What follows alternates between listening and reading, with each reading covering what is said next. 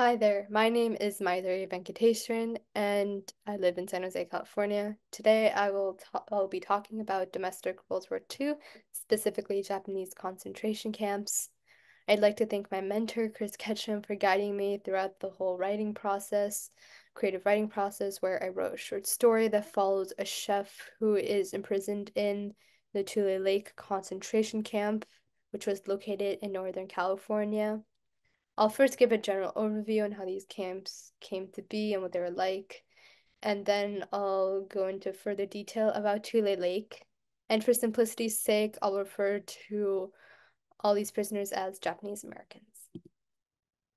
On December 7th, 1941, Pearl Harbor was bombed, which created massive panic and hatred towards Japanese Americans, which prompted FDR to sign Executive 9066 on February 19th, 1942.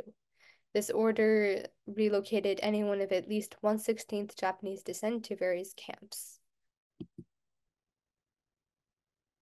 Upon receiving the order to relocate, the Japanese Americans had 3 to 6 days to settle their personal affairs, sell their businesses and personal belongings at prices far below their actual value.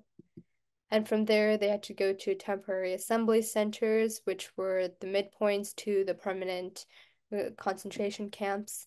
And these assembly centers were basically horse stables. There would be spider webs, horse hair, and hay, and dust and nails. These stables would never be cleaned out from one family to the next, which led to poor sanitation and ventilation. And the food wouldn't be that much better either. And it was in these inhumane conditions that the Japanese Americans were forced to live in from anywhere from a few weeks to a few months. And so from these assembly centers, they were transported to a permanent concentration camp. So this is the picture of the Tule Lake camp. And like other camps, this one was located on flat ground, which provided a good basis for agriculture. The idea being that after the war, veterans would come home and settle on the land that the Japanese Americans were forced to cultivate for their own survival.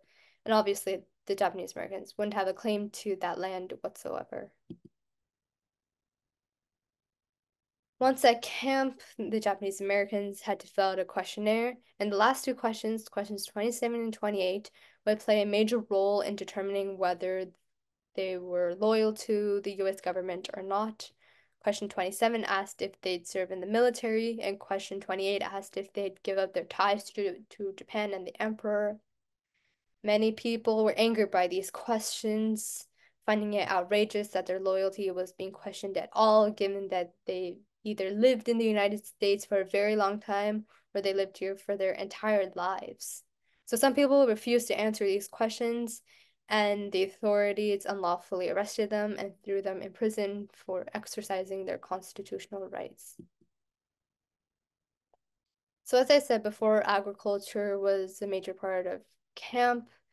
The laborers were paid $12 per hour, which was a quarter of what they were making before, and they were often inadequately fed for the intense labor required. And many people, laborers and other people in camp, were angry that they had to grow their own food despite being at camp against their will. And so laborers exercising the little control they had would go on strike right before harvest time, trying to negotiate for better wages, conditions, and food. But all in all, these laborers grew around 30 crops, which is quite a lot. Another memorable part of camp was the terrible food. The chefs who were prisoners of the camp themselves would face unfamiliar dishes such as beef tongue, sauerkraut, and wieners, and they would also have to navigate unfamiliar cooking equipment like these cook stoves, which they obviously didn't have in their typical houses back then, or even now. And so as a result, the food would be undercooked or overcooked, sometimes even raw. And though there were a few Japanese dishes, these foods would often be of poor quality them too. And in Asian culture, food is symbolic of their culture and heritage. And in these camps, that pride and happiness of cooking and eating your country's food was just taken away.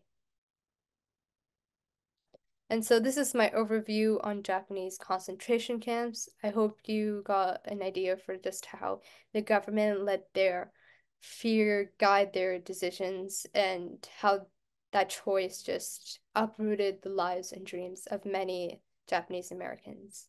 Thank you so much for listening.